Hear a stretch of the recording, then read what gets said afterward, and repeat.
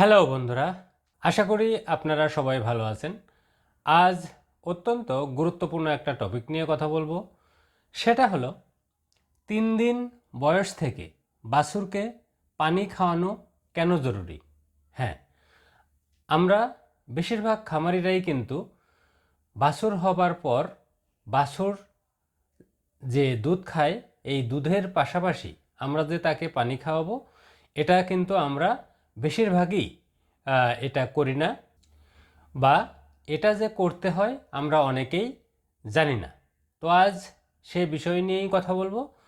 তো প্রথমে একটু বলে রাখি যে আপনারা হয়তো বলবেন যে দুধের ভিতরে পর্যাপ্ত পরিমাণে পানি থাকে, তাহলে বাছুরকে আলাদা করে পানি খাওয়ানোর কি প্রয়োজন।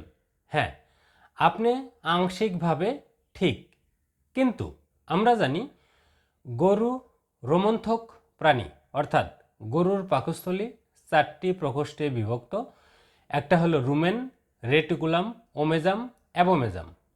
একটা পূর্ণবয়স্ক গরুতে এই 4টা প্রকোষ্ঠ যে পরিমাণ জায়গা দখল করে তার 70% জায়গায় নিয়ে থাকে রুমেন, কিন্তু বাছুরের ক্ষেত্রে এটা ঠিক তার বিপরীত। বাছুরে অ্যাবোমেজাম থাকে সবচেয়ে বড় এবং অন্য পার্টগুলো ইনঅ্যাক্টিভ থাকে। এই অ্যাবোমেজামের যে জায়গা দখলের পরিমাণ এটা প্রায় 70%।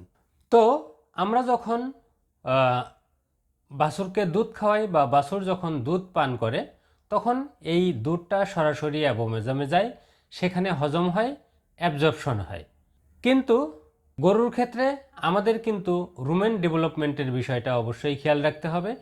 তো আমরা যদি দুধের পাশাপাশি পানি আমাদের বাছুরকে খাওয়াতে পারি, তাহলে এই পানিটা অ্যাবোমেজামের পাশাপাশি অন্যান্য প্রকোষ্ঠেও যায় এবং বিশেষ করে রুমেনে তখন মাইক্রোবিয়াল যে ডাইজেশন হয় তা শুরু হয় এবং রুমেন ডেভেলপমেন্ট ত্বরান্বিত হয়।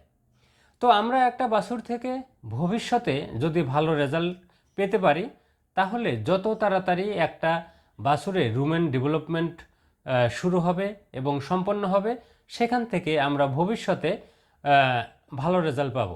আমরা যদি দীর্ঘ সময় ধরে দুধ খাওয়াতে থাকি, তাহলে রুমেন ডেভেলপমেন্ট ডিলে হবে এবং তার ভিতরের যে পার্টটা এটা যে খসখসে তোয়ালের মতো হওয়ার কথা তা না হয়ে অনেকটা মসৃণ হবে। ফলে ভবিষ্যতে আমরা যখন তাকে বিভিন্ন দানাদার খাবার সহ অন্যান্য খাবার খাওয়াবো, এই খাবারগুলো সে ভালোভাবে হজম করতে পারবে না, ফলে সেখান থেকে আমরা আশানুরূপ রেজাল্ট পাবো না।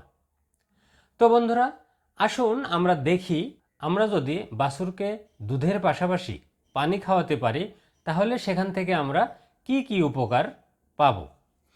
1 নাম্বার, স্টার্টার বা দানাদার খাবার।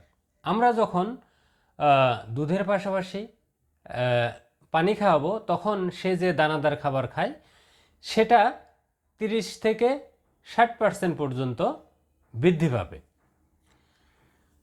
2 নাম্বার, 4 সপ্তাহ বয়স পর্যন্ত, হ্যাঁ 4 সপ্তাহ বয়স পর্যন্ত 38% ওজন আপনি বেশি পাবেন যদি দুধের পাশাপাশি আপনি পানি খাওয়াতে পারেন।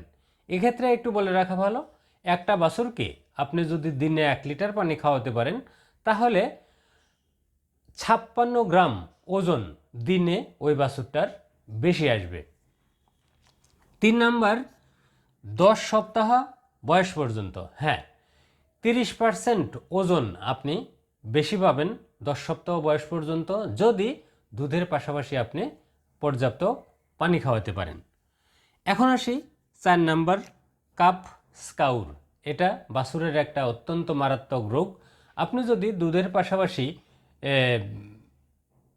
পানি খাওয়াতে পারেন তাহলে এই কাফ স্কাউর রোগটা হওয়ার সম্ভাবনা কমে যাবে, কারণ তার যেহেতু রুমেন দ্রুত ডেভেলপমেন্ট হবে, ফলে সেখানে যে মাইক্রোবিয়াল পপুলেশন সেটার সংখ্যা বৃদ্ধি পাবে, ফলে ক্ষতিকর যে ইকোলাই, সালমোনেলা যে বিভিন্ন জীবাণু এগুলো পর্যাপ্ত পরিমাণে তার ডাইজেস্টিভ ট্র্যাক্টে থাকতে পারবে না, ফলে কাফ স্কাউর হওয়ার সম্ভাবনাও কমে যাবে।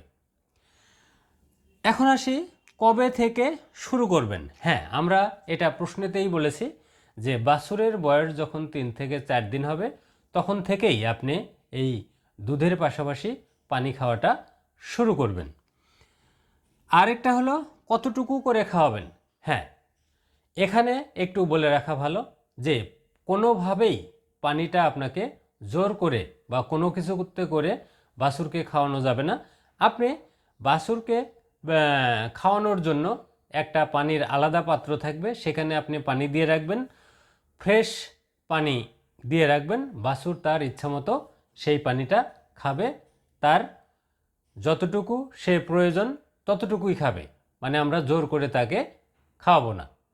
তো বন্ধুরা, আপনারা যদি দুধের পাশাপাশি আপনার বাছুরকে পানি খাওয়াতে পারেন তাহলে ভবিষ্যতে এখান থেকে আপনি আশানুরূপ বা তার চাইতেও বেশি রেজাল্ট পেতে পারবেন। তো বন্ধুরা, আজ এ পর্যন্তই। আমার এই ভিডিওটি যদি আপনাদের ভালো লাগে তাহলে অবশ্যই লাইক করবেন, কমেন্ট করবেন এবং শেয়ার করে অন্যদেরকেও এই তথ্যগুলো জানার সুযোগ করে দিবেন। আর আমার এই চ্যানেলটিকে সাবস্ক্রাইব করে পাশে থাকা বেল আইকনটিকে ক্লিক করে রাখবেন, যাতে পরবর্তীতে এ ধরনের ভিডিও আপলোড করার সাথে সাথে সহজেই আপনারা এর নোটিফিকেশন পেয়ে যেতে পারেন। আপনাদের সবাইকে ধন্যবাদ।